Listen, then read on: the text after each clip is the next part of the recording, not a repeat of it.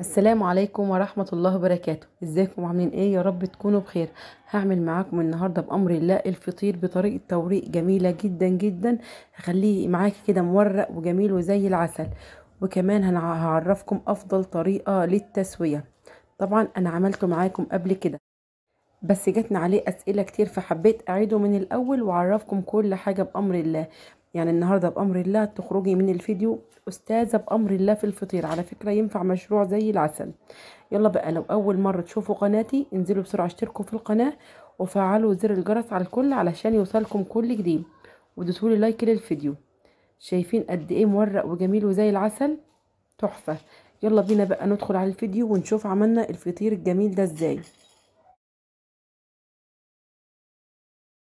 اول حاجه في المقادير معايا ميه عاديه خالص من الحنفيه. هنزل بمقدار كوبايه كوبايه يعني في البوله.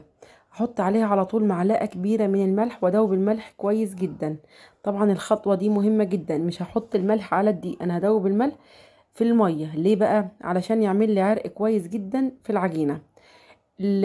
هنزل بعد كده الدقيق اللي قدامكم ده كيلو، هنزل بتلات ارباع الكيلو وهسيب الربع هفرد عليه. يعني ده تلات ارباع كيلو من الدقيق، والربع اللي باقي هفرد عليه الفطير. بعد كده هنزل بالمية حبة بحبة لحد ما العجينة تتظبط معايا، لحد ما كل الدقيق يختفي. بس انزلي كده حبة قليلين بحبة قليلين علشان العجينة ما تسيلش قوي منك. احنا عجينة الفطير معانا ماسكة نفسها، ما هيش سايلة قوي ولا تخينة قوي، ماسكة نفسها بأمر الله. تشوفوا قوامها دلوقتي في الفيديو. المية اللي انا بعجن بيها دي مش مية مملحة ولا حاجة، يعني مية كده من الحنفية عادية، مش حاطة فيها ملح ولا اي حاجة. انا حطيت مقدار الملح المناسب للعجينة في كوباية المية اللي دوبتها الاول. جربوا الفطير بالطريقة دي يا جماعة، والله العظيم اخف فطير ممكن تعملوه. مش مدهن كده لا خالص. احنا النهاردة بأمر الله هنعمله بطريقة دسم، هيبقى الدسم بتاعه قليل جدا جدا وهيبقى مورق معاكي وزي العسل بأمر الله. هنا بعد ما العجينة اتلمت معايا بالشكل ده، هديها كده مسحة مية خفيفة جدا، مسحة مية بالشكل ده، وهغطيها واسيبها زي 5 دقايق. الخطوة دي بتسهل عليا كتير قوي قوي.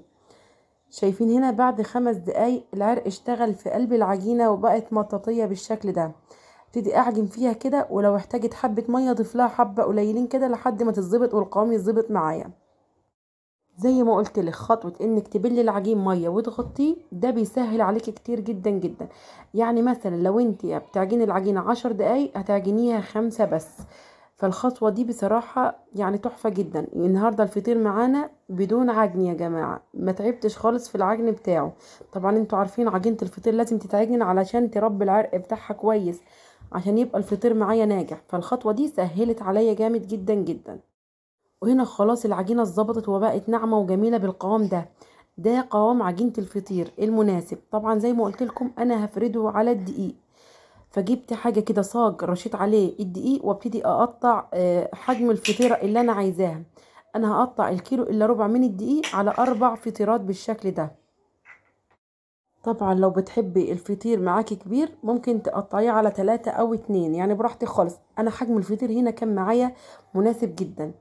بعد كده هبتدي اساوي العجين بالشكل اللي قدامكم ده. اخلي الكرة كده ملساء معايا واحطها على الدقيق. بعد ما اخلص العجين معايا هرش على وشه دقيق وهغطيه واسيبه يرتاح معايا.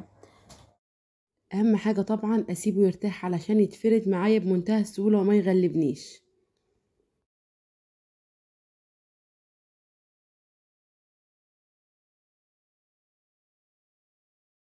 كده خلاص هرش على الوش بقى دقيق وهغطيه علشان الوش ما يشققش معايا، واسيبه يرتاح براحته زي تلت ساعة او نص ساعة على حسب يعني الوقت معاكي. هنا هسيب بقى الفطير يرتاح وهجهز اللي هورق بيه. دول 40 جنيه سمنة، جبت ب40 جنيه سمنة. طبعا انا مش هاخدهم كلهم، هاخد نصهم يعني ب20 جنيه سمنة بس. زي ما قلت لكم هنورق الفطير باقل مادة دهنية، بحاجة كده بطريقة توريق بسم الله ما شاء الله، ما بتاخدش يعني سمنة كتير، وبيطلع زي الفل معايا في الاخر. شايفين هنا اخدت نص الكمية بالشكل ده. هسيحها على النار.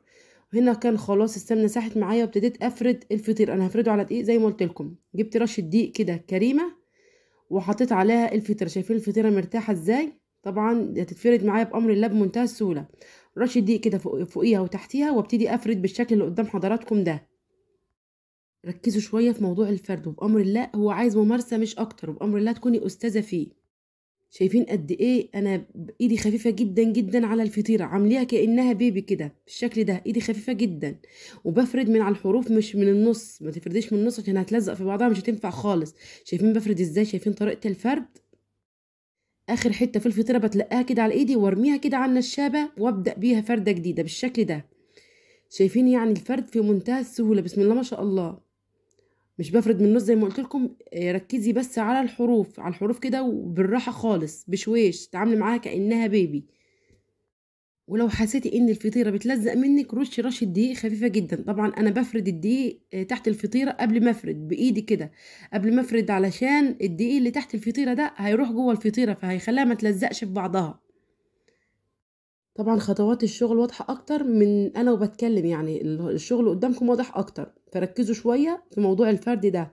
هو الفطير اللي معايا فرد، يعني لو انت اتعلمت الفرد خلاص طلع من ايدك فطير زي العسل بامر الله. طبعا احنا عملنا قبل كده فطير بطريقتين، طريقة الفرد دي بس كانت مش واضحة شوية، فحبيت عدت الفيديو يعني من الاول. وعملنا طريقة تاني بدون توريق، عملناه كده بالزبدة بدون توريق وكان زي العسل، فالطريقة الاسهل لك اعمليها. بس انا برجح الفكرة دي اكتر، مش بتكون فيها دهون كتيرة يعني، ولا زيت كتير ولا دهون كتيرة زي ما نشوف كده، لا لا لا، يعني دي افضل بكتير بصراحة بالنسبة لي انا مش عارفة انتوا بالنسبة لكم ايه. كده فردتها كده، شايفين بسم الله ما شاء الله، بعد ما وسعت معايا بالشكل ده هشدها كده من على الحروف، علشان الحروف بتكون معايا تخينة شوية. شدها كده من افردها كمان، اساعدها بايدي بالشكل ده. والله ما في اسهل من كده. شايفين الفطيرة قد ايه رقيقة؟ هي واضحة بصراحة قدامكم، شفافة كده بسم الله ما شاء الله، يعني تحفة. يلا بقى، لو وصلتوا لحد هنا معايا من الفيديو حطوا لي لايك الجميل بتاعكم، علشان هو اللي بيرفع الفيديو ده يا بنات. يا ريت طبعا لايك واشتراك جميل منكم. شايفين هنا الحروف بقت رقيقة جدا بالشكل ده. هجيب السمنة اللي انا سيحتها، طبعا مش سخنة خالص، هي سايحة بس مش سخنة. طبعا اي نوع سمنة عندك، يعني مش شرط اي نوع سمنة، بلدي بقى مش بلدي اي نوع. بس اهم حاجة لازم تنفضي الفطيرة من الدقيق كويس جدا جدا، علشان الدقيق الزيادة بيخليها تنشف معايا، تشرب السمنة كده وتنشف.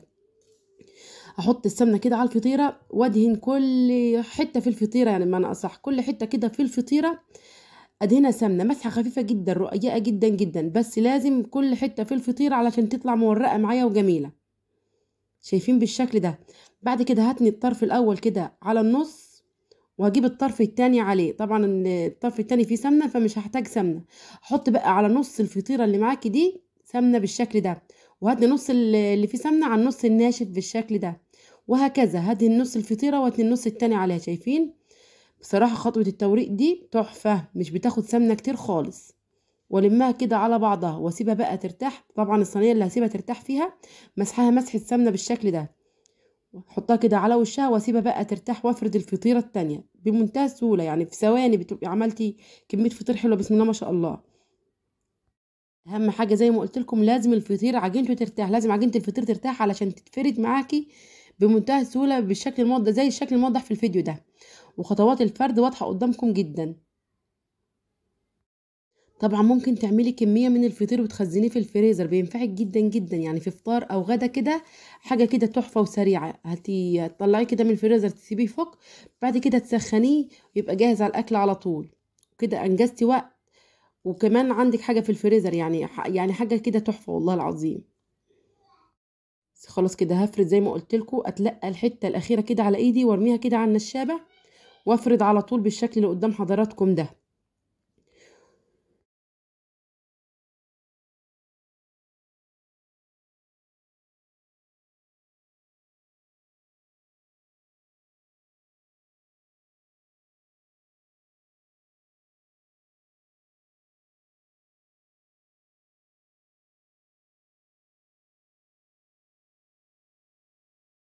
بعد ما فردتها كده هشدها شويه بس بايدي، الحروف بتبقى تخينه شويه زي ما قلت لكم، فهرققها هساعدها كده بايدي، هشدها كده بالشكل اللي قدام حضراتكم ده. بعد كده احط عليها السمنه وابتدي كده اطبقها بالشكل الموضح قدامكم في الفيديو، اهم حاجه هنفض الدقيق زي ما قلت لكم، علشان الدقيق زياده بينشف الفطير معايا. السمنه كده بتشربه مش بتبقى حلوه خالص. اهم حاجه تنفضي الدقيق قبل ما تحط السمنه عليها. واحط السمنه كده وابتدي اوزع بالشكل ده. شايفين كميه قليله جدا جدا، بس افردها كويس على سطح الفطيره. وهاتني الطرف اليمين، بعد كده هاتني الطرف الشمال عليه، بس هنا احط حته سمنه كده علشان الطرف ده اتنى اكتر يعني من اللي انا عايزاه. واحط بقى على نص الفطيره بالشكل ده نصها كده سمنه، واتنيها على النص الناشف اللي انا ما حطيتش عليه سمنه. وهكذا لحد ما اخلص الكميه. افرد كده اتني نصها، احط على نصها سمنه واتني على النص الناشف بالشكل ده. بعد كده هلمها على بعضها واحطها في صينيه بقى مدهونه مسحه سمنه، واسيبها ترتاح. طبعا الفطيره اللي حطيناها الاول طبعا ارتاحت وبقت جميله، بس انا مش هفردها دلوقتي، هوريها لكم دلوقتي مرتاحه وبقت زي الفل. شايفين هنا بتتفرد بمنتهى السهوله. طبعا انا هغطيهم هما الاتنين كده، احطهم على بعض واغطيهم واسيبهم لحد ما اخلص الكميه كلها اللي معايا. وهنا خلصت كل الكميه فرد. ابتدي افرد اول فطيرتين انا عملتهم. طبعا الفرن في الوقت ده سخنه جدا، اهم حاجه انك تسخني الفرن حلو قوي قوي. الفرن السخنه بتساعد ان الفطير يستوي معاكي بسرعه ويفضل طري وزي الفل. لو الفرن معاكي بارده هتمص الفطير ومش هيبقى حلو خالص، هينشف معاكي يبقى محلف كده مش حلو. فسخني الفرن حلو قوي قوي، وابدأي اخبزي الفطير فيه. طبعا شايفين بتتفرد بمنتهى السهوله معايا علشان مرتاحه مرتاحه كويس، مرتاحه صح. شايفين انا سمكها، لو عايز توقفي كده براحتك خالص. انا بفرد على حسب السمك اللي انا عايزاه، احنا بنحبها كده رقيقه، فبفردها رقيقه جدا. طبعا انت بتحبيه سميك شويه سيبيها سميك. طبعا زي ما قلت لك الفرد سمك الفطيره يرجع لك، انا بفرد على حسب السمك اللي انا عايزاه. هنا خلاص احطهم في الفرن. شايفين انا حطيتهم في ارضيه الفرن بالشكل ده. ابتدي كده اقلبهم واسيبهم. اول ما يبتدوا يقبوا هرفعهم على طول على الشبكه، بس اول ما يبتدوا يقبوا ياخدوا لون خفيف كده جدا كده من تحت. والفرن هنا سخنه جدا جدا، والعه فوق وتحت. شايفين بدات تقب كده بالشكل ده، رفعتها فوق على الشبكه. تبدأ تقب معايا وتبقى جميلة جدا جدا متورقة صح وزي الفل معايا. شايفين هنا الفطير بسم الله ما شاء الله بدأ يقب، يعني التوريقة باينة ما شاء الله عليه. مفيش احلى من كده. انا مرضيش افصل الكاميرا وهو بيقب معاكم بالشكل ده. زي ما قلنا اول ما يبتدي كده يقب من تحت وياخد لون خفيف جدا ارفعه كده على الشبكة واسيبه بقى يكمل سوا ياخد اللون جميل من فوق. شايفين هنا الفطير بسم الله ما شاء الله قب ازاي، يعني الطريقة تحفة بسم الله ما شاء الله. هنا بس هسيبه بس ياخد لون مش اكتر. طبعا كل شويه كده ضيريه علشان ياخد لون موحد من جميع الجهات يبقى لونه كده حلو. هنا بقول لكم حطوا اللايك، الفطير يستحق مليون لايك بصراحه، يعني ربنا يكرم يا رب. شايفين هنا بسم الله ما شاء الله اخد لون جميل في منتهى الجمال. هخرجه كده باللون الجميل ده. شايفين بسم الله ما شاء الله يعني تحفه. شايفين شكله بيتكلم عن نفسه بصراحه، والتسويه مظبوطه جدا جدا من تحت ومن فوق، حاجه كده عظمه. الفطير كله طالع بسم الله ما شاء الله، يعني بيتكلم عن نفسه كله. شايفين تسوية ممتازة. زي ما قلت لك اهم حاجة الفرن تكون سخنة جدا قبل ما تحطي الفطير فيها علشان ما ينشفش معاكي. شايفين طبعا الاربع فطيرات احلى من بعض بسم الله ما شاء الله. بذمتكم الفطير ده ما يستحقش اللايك؟ يلا حطوا اللايك بتاعكم الجميل بسرعة. شايفين التسوية كمان مظبوطة جدا جدا.